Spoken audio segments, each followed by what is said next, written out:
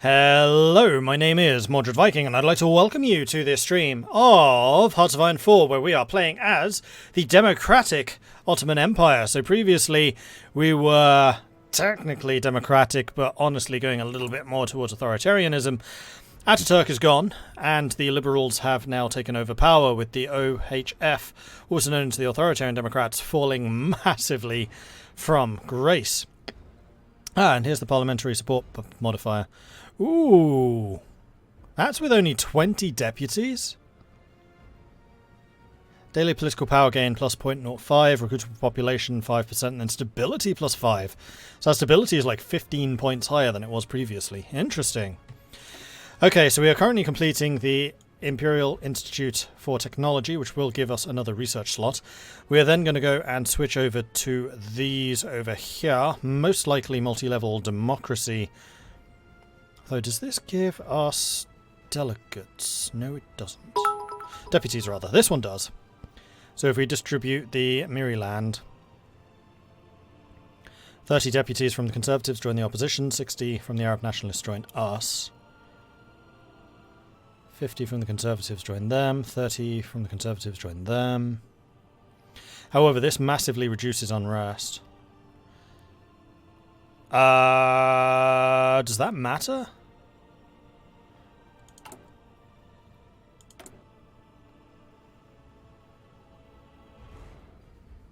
Is unrest the same as resistance? Oh, we do still have this. Okay, so we still have the unrest mechanics. We just don't have as much information. Oh, yes, we do. They're back. And in fact, we have a heck of a lot more options in dealing with this stuff now.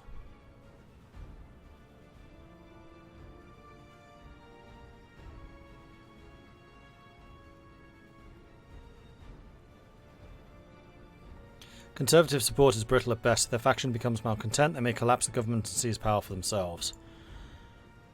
Okay.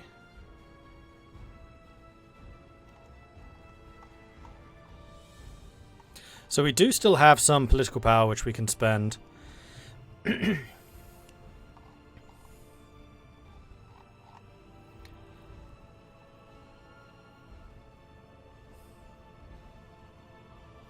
Sindrin, thank you very much for the bits. I'm told that many Germans are stockpiling cheese and sausages in anticipation of the COVID lockdown.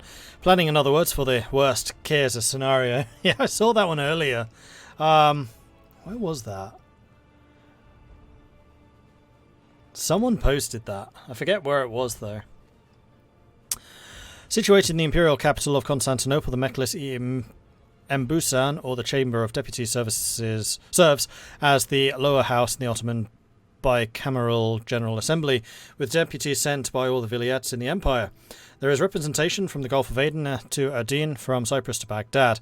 To create order in this myriad of ethnicities, religious affiliations and languages, these deputies have organised into main power blocks, the centrist OHF and the decentralist Liberal Entente. This latter body consists of a multitude of smaller regional parties with more often than not conflicting opinions, only stuck together to oppose the centrists.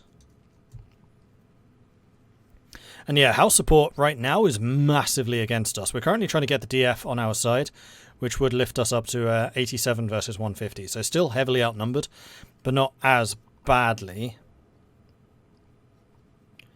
Contrary to the other factions, the Conservatives are fairly united in their goals for the Ottoman Empire. Hailing mostly from the aristocratic or religious families, many of those believe in the 1908 revolution and subsequent Young Turk government were the biggest mistakes that ever befell the empire.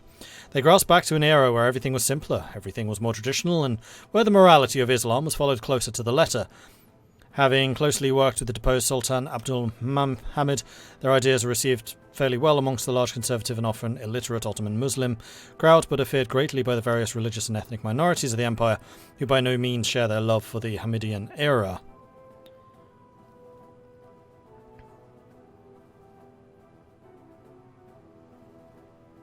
Oh, I see. So at the moment, 55 of them are supportive, whereas 50 of them are in opposition.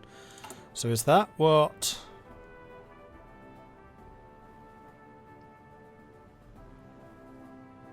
this is about? 50 deputies from the Conservatives join the opposition. 30 deputies from the Conservatives join the opposition. So yes, if we do this, then more of them are going to outnumber. Then we have the Arab nationalists, which are entirely in opposition at the moment. Dispersed in a wide variety of smaller regional parties, the Arab nationalists differ on many topics, but are all united in pursuit of the larger autonomy for the Arab people. Some see this as a dual monarchy between the Turks and the Arabs, while others see the creation of independent Arab states as the sole solution. One thing is certain, however, cooperating with the Camelists is absolutely impossible, as they view the policy of the Turkish imperialism, the death of Islam and the downfall of Arab civilization. And then we have the Turkish nationalists, who are also wholly in opposition right now. In fact, everyone's just in opposition of us. Absolutely everyone. Is this a new run? No. Ataturk was removed from office by the Sultan. The group of Turkish nationalists is hard to pin down, as whilst the majority of them reside within the OHF, a group of deputies with more radical ideas who want to see the split between the Arab and Turkish parts of the empire have separated themselves. In many ways, these are extremists with the ideas of tyrannism and Turkic unity held up high, which makes difficult negotiation partners.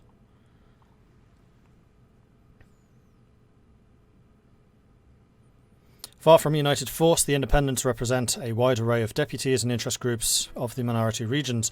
Mannonites from Mount Lebanon, Kurds from Suleymania, Assyrians from Basra, Greeks from Cyprus, etc. Most of these groups seek some kind of comfort under the wings of the HIF, but a significant number remain which are discontent with the policies and which refuse to work together with the coalition in which the Turkish nationalists hold significant sway. Okay, so there are a couple of things we can do to try and switch their popularity to us.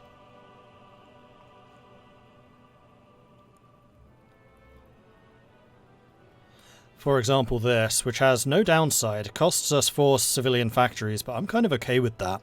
This also means that social liberalism becomes stronger. So I think I'm going to fund the Anatolian Agricultural Relief Program right now. This will give us 30 deputies, which will actually be the majority. So let's get the Turks on our side. Arab nationalists, we can appoint Arab Walis, which will drop our social liberalism, but that'll be counted after the 200 days. We lose 5 stability, but 30 of them become supportive of us, and I like the idea of that. Unfortunately, that now means that I cannot afford this one, which should have just been 30 deputies straight up joining us. So we need to get... Oh, it's because we're doing other reforms. I thought I'd be able to do one of each. Never mind. Unfortunately, it's the Conservatives which are by far and away the most dangerous. Can we get the old government back? I don't think so.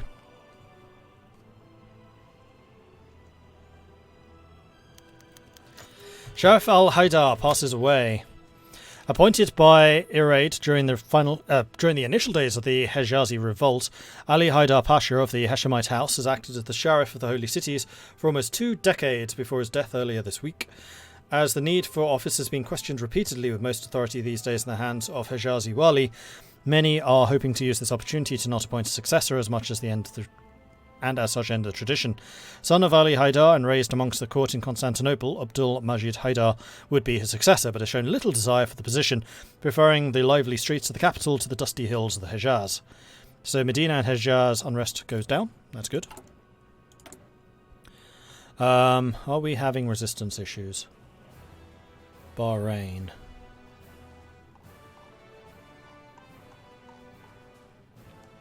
Oh yeah, Bahrain's having big problems.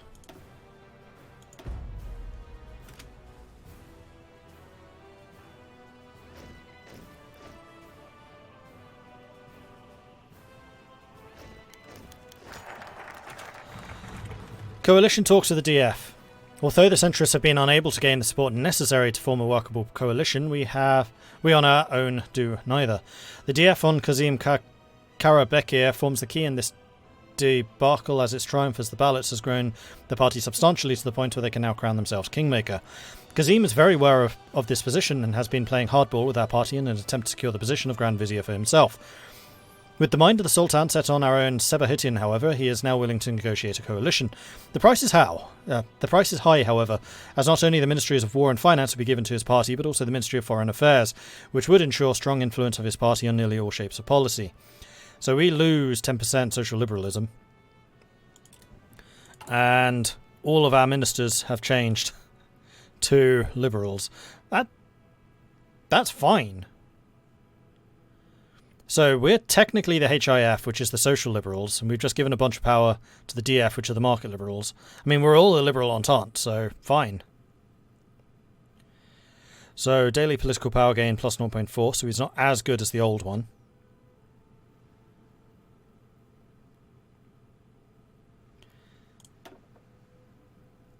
Yeah, I can't actually manually do that. So click to remove doesn't actually work.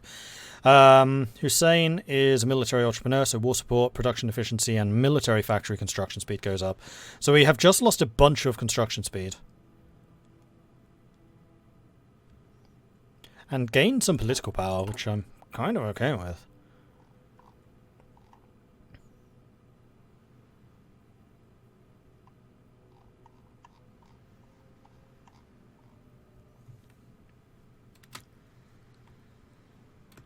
And now we need a new national focus. So I really wanted to do this, but I have a feeling that would be too much of a problem with the Conservatives.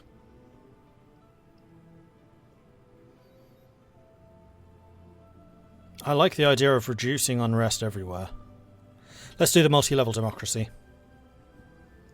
This also increases our social liberalism. Although Sabahattin originally did not plead for autonomy, his discourse of decentralization will almost solely found support amongst the autonomist movements and the various groups of the landed elite. They, seeing the centralizing state as a direct threat to their status, support a system of multi-level democracy wherein not just the Chamber of Deputies, but also provincial assemblies can be empowered to serve their local units. Kubak the first dam completed in Anatolia. Built as a concrete dam on the Kubak stream, the project was started in 1930 to control the floods plaguing the Anatolian metropole of Ankara.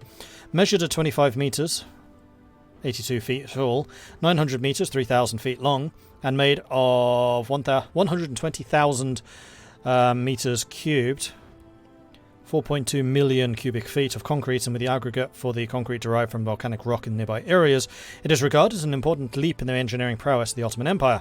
Further attending the ceremony was the Grand Vizier himself, who praised the engineers and construction workers for the labour and has announced that projects like it will crop up all around the vast empire to provide necessary water management and remedy lacklustre sanitation. Research bonus for construction. Interesting. Fall of Hong Kong. Troops from the Guangxi military government have captured the former British Crown colony of Hong Kong after breaking through the gin drinkers' line and landing on Hong Kong Island itself.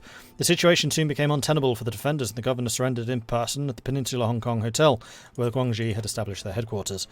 Alright, so we want to get construction 2. It's going to be 50% off as well, which is fine. Thought the HIF was not part of the Liberal Entente. I thought it was. I thought it was the DF and the HIF.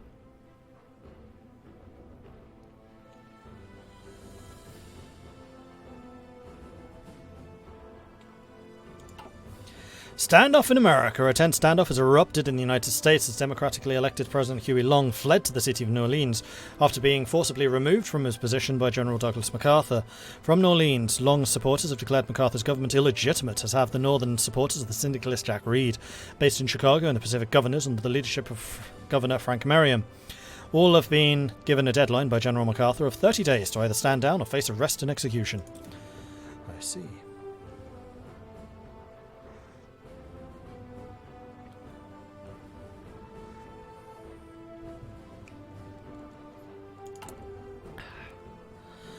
Okay.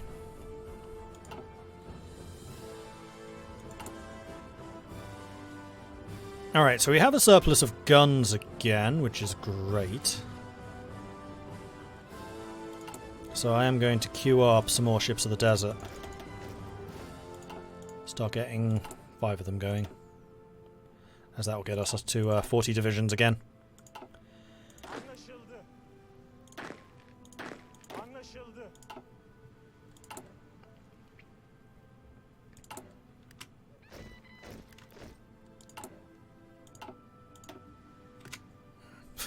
I was hoping that deleting that would then spread all the stuff equally, but no. No, it didn't.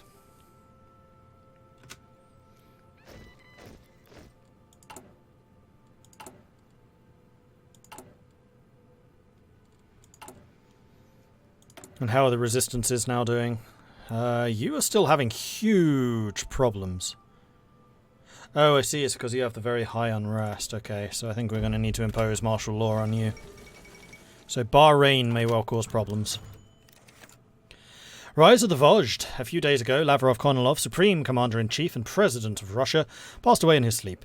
With Kornilov's death, Prime Minister Boris Savinkov, appointed by Kornilov, used his power of the government to merge the post of Prime Minister and President, becoming the first Voged of Russia. Savinkov, in his National Republican Party of Russia, the NRPR, has been growing in influence in Russia before Kerensky's death. The NRPR and Savinkov have promised to free Russia from the chains of the Treaty of Brest-Litovsk, bringing the Russian people to their former glory. It is unclear how his plans will unfold. However, one thing is clear. Boris Savinkov is now the undisputed leader of the Russian state. Iraqi society has always been divided between the city dwellers inhabiting cities such as Baghdad and Mosul, the Bedouins roaming the vast deserts, and a caste of farmers working the lands between the Tigris and the Euphrates. This latter group has, for the vast majority of its history, been separated from nearly all affairs, bar their immediate needs, and has made use of the communal agricultural ground to satisfy their own and the needs of the city dwellers. Benefiting from almost non-existent authority imposed by the Ottoman Empire, who only did the bare minimum to maintain a semblance of order in the region, this group lived a poor but fairly content life. After the loss of our European holdings and the seemingly shifted loyalty of many Syrian groups, the Empire has received a wake-up call to no longer use Iraq as the poor land it always was regarded as, but to shape it into the future of the Sublime State. Starting from basically a clean state, roads, schools, and a vast administrative network were pumped into the ground in record time, with primary-level school attendance doubling year over year. A new local elite, trained and indoctrinated into the various Turkish academies, was to further extend Ottoman control over the cities, whilst the Ottoman military academy set up in Baghdad served to create a loyal Iraqi officer corps. As the Ottoman control over the cities increased at an explosive rate, the same evolution, however, could not be said amongst the much larger population of peasants, still living in nearly the same condition as their ancestors had done for centuries. The Turkish-educated elite, however, backed by their allies in the Iraqi walis, discontent with the low agricultural output over the last 2 decades, increasingly privatised and seized the communal land, forcing many of the former residents into a sort of serfdom. Illiterate to the man and never having interacted with the government in the first place, this class has barely any defence against the moneylenders and the urban elite. The farmer toils and the elite profits. It's just good business. Without wrangle, they're doomed to fail. Okay, so we can now change the Conservatives up. So we can do this one, which will cost us 5% consumer factories for 30 days, which seems fine.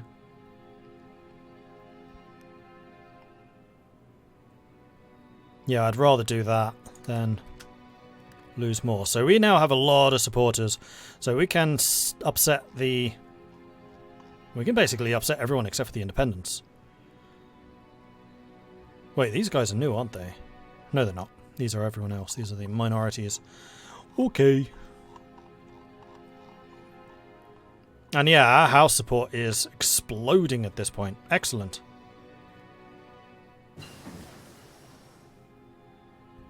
We still don't have over half though, which is really what we need to be aiming at. Mobile warfare finally completed. Our first doctrine. It's going to get delay.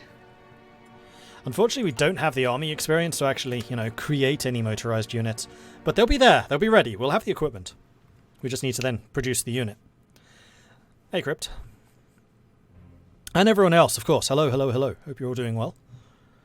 Glad to have you joining us again. The Second American Civil War.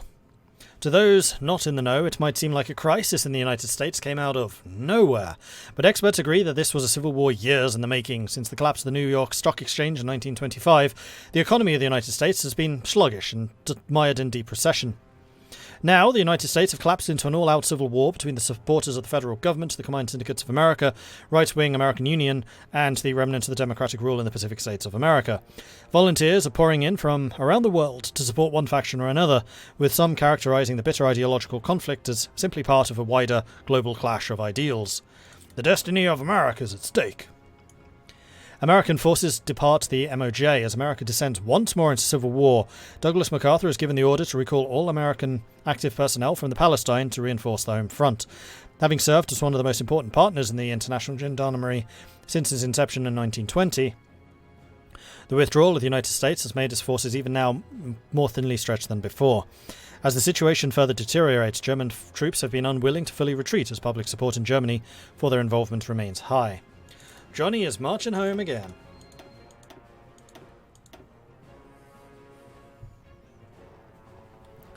So, who do we want to support here? We are democratic, so I'm going to say probably the Pacific States of America.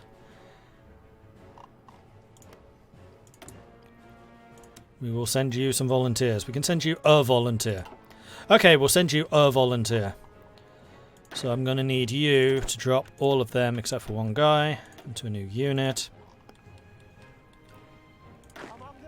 I'm going to make you yellow because, you know, deserts are yellow. You're the mountaineers. You should be white for the snow. You're the exploders. You can be dark pinky colour. You're the fighty dudes. You can be green.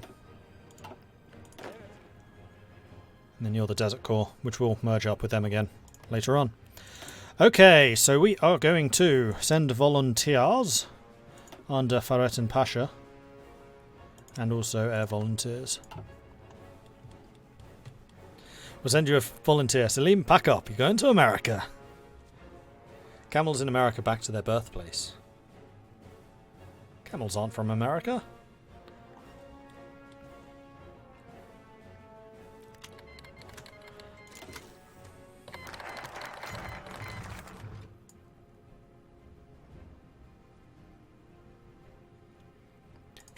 Reorganization of the Vilayet law. Based on the ideas of the Tanzimat, reformers during the late 19th century, with special credit to Midyat Pasha, the old Eyalet system was replaced by a system around the Vilayet, Sanjaks and Khazars. To mediate issues raised by the minorities that these didn't represent their groups to the fullest, each of these provincial levels was accompanied by an administrative council to assist the Wuls and Kaimakamas. In practice, however, this solution would do little, as a combination of corruption, incompetence and reliance on the Vilayets on instructions from the capital would lead to a wide array of issues, making them mostly ineffective. Despite the strong association with Middle East and Africa, camels are originally associated in North America some 45 million years ago. Between 3 to 5 million years ago, they crossed the Bering Bridge to Eurasia and eventually migrated south. But they went extinct in North America, didn't they? As did horses, because I think the horses that were used by, for example, the Sioux Native Americans were wild horses from the Spanish.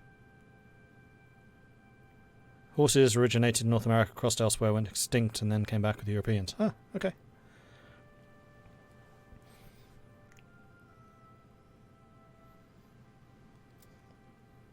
There's actually... Oh, where was this? And how did I hear about it? Is it America or Australia?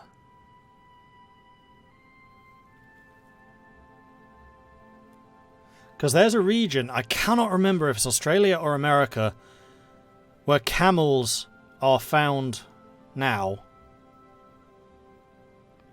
Because they were let loose there when the settlers decided they didn't need them anymore. That's Australia, okay. Because yeah, there's like a specific town in Australia where people go to tame camels. Like they have wild camels. There are American camels, we call them llamas, alpacas, vicuñas and guanacos. Interesting.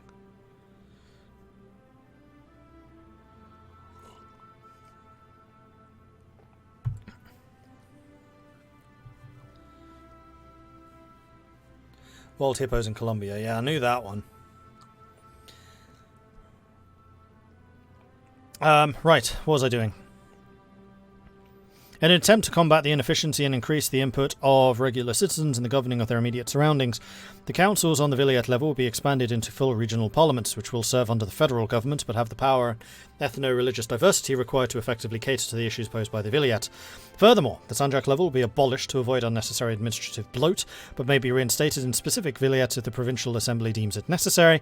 The wali or governor will be democratically elected amongst the people of the vilayet and confirmed in his position by the sultan through the iraid. Elections for the provincial assembly and the wali will be held every 4 years in between the 2 federal elections.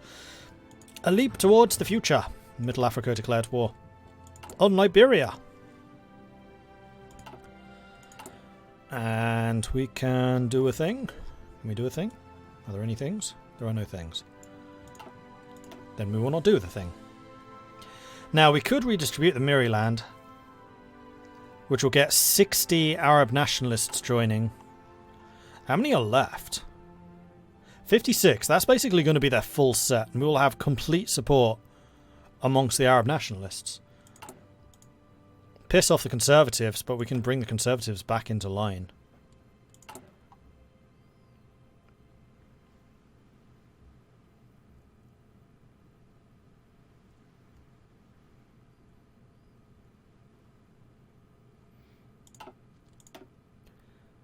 A 60 for 30 seems like a reasonable number.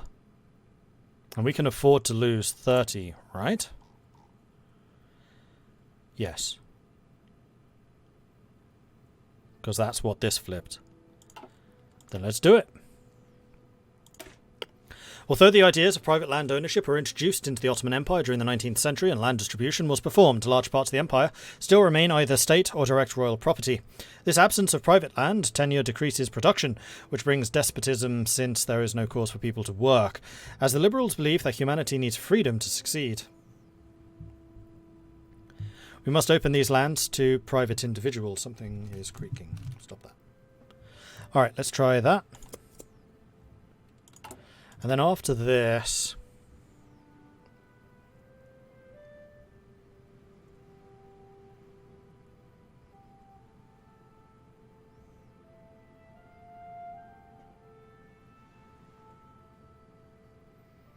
may need to start working on some of this stuff.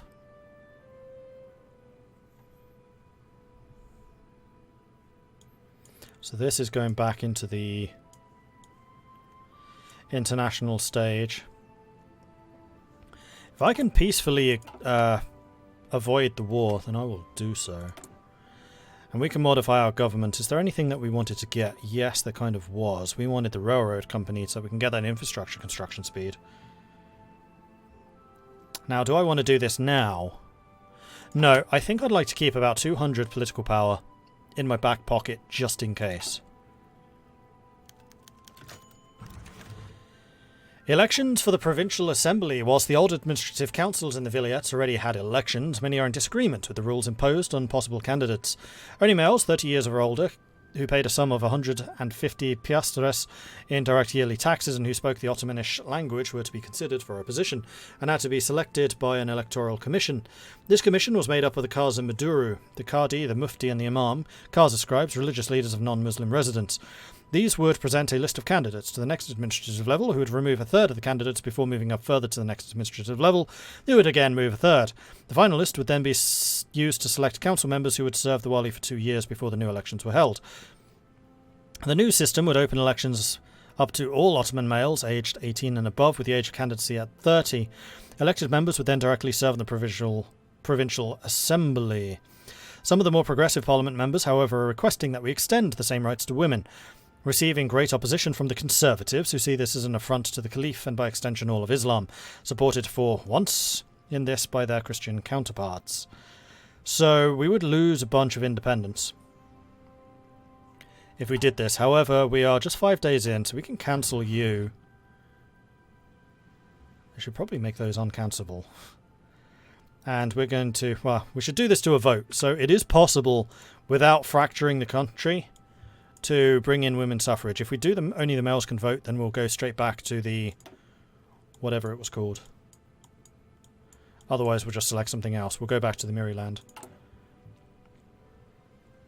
Right, poll time. We haven't had a poll yet. So we can say women's suffrage for only men. And vote. Should we give women suffrage? Get your votes in.